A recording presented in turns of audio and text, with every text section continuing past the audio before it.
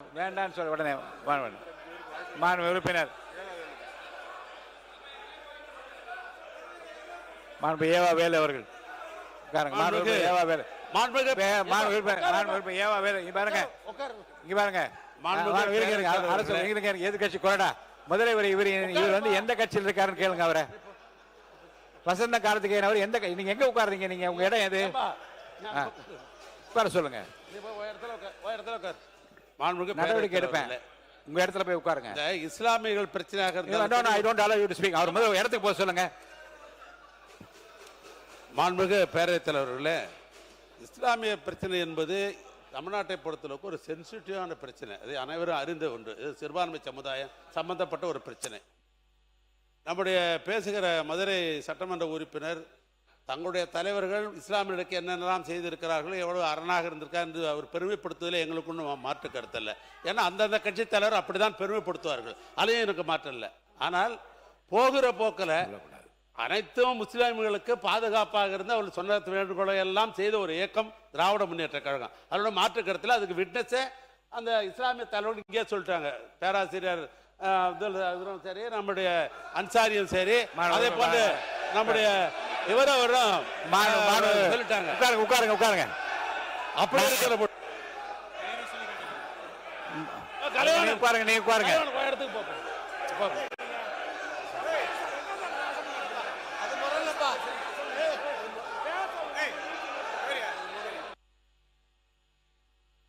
உட்காருங்க உட்காருங்க, நீ உட்காருங்க, நான் பேசுறேன். உட்காருங்க உட்காருங்க, நான் பேசுறேன். உட்காருங்க உட்காருங்க உட்காருங்க உட்காருங்க உட்காருங்க உட்காருங்க, நான் பேசுறேன். உட்காருங்க.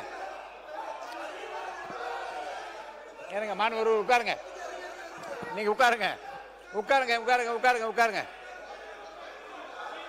உட்காருங்க உட்காருங்க. என்ன இருங்க இருங்க இருங்க, உட்காருங்க உட்காருங்க உட்காருங்க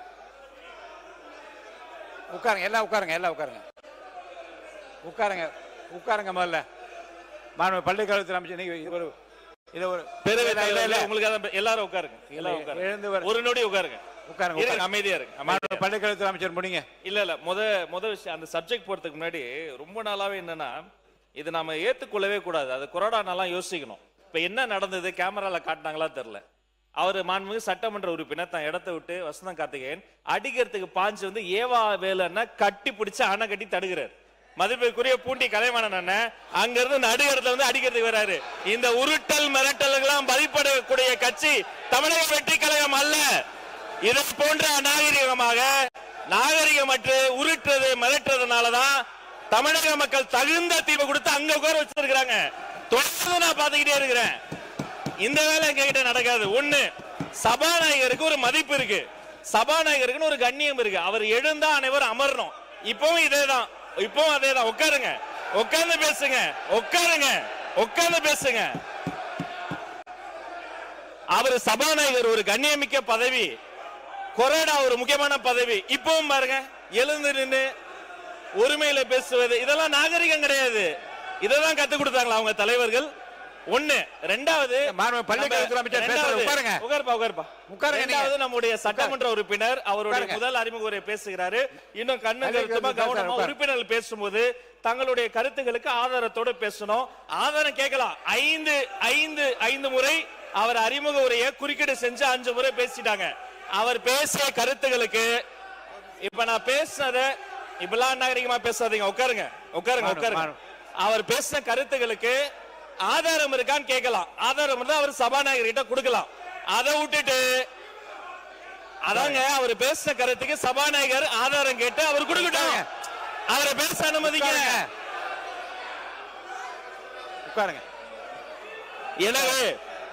எனவே மாண்புமிகு சபாநாயகர் மூலமா நான் தெரிவித்துக் கொள்வது என்னன்னா, தயவு செய்து அரசியல் கட்சியில் இருக்கக்கூடிய அனைத்து கட்சி உறுப்பினர்கள் சபை மாண்பை முதல்ல காப்பாற்றணும். ஒரு மூத்த உறுப்பினர் ஏன்சாலே எல்லாரும் உட்கார்ந்துடும். அவர் கொரோனா ஏன்ஸ் நிக்கிறாரு, பின்னாடி இருந்து கத்துறீங்க. சபாநாயகர் ஏன்ஸ் நிக்கிறாரு, நடு கூடத்துக்கு வந்துட்டு வராரு, இன்னொருத்தர் தடுக்கிறார். இதெல்லாம் முறை இல்ல, மரபு இல்ல. முதல் முறை உறுப்பினர் பேசுறாரு, அவர் கருத்துக்கு அவர் பொறுப்பேற்றுக்குவாரு. அதுக்கு ஆதாரம் இல்லைன்னா அவை குறிப்பில் நீக்கலாம், அதுக்கு என்னவோ பேசலாம்.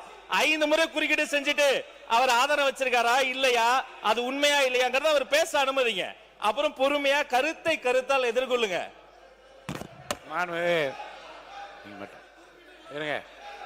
உட்காருங்க உட்காருங்க உட்காருங்க.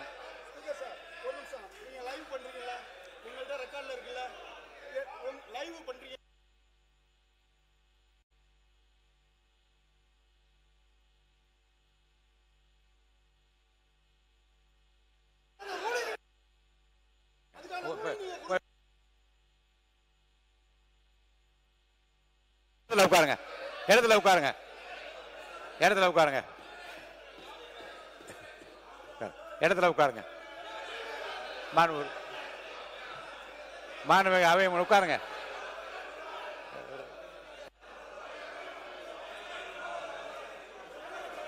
மாண்பு உறுப்பினர் உட்காருங்க, பேசு.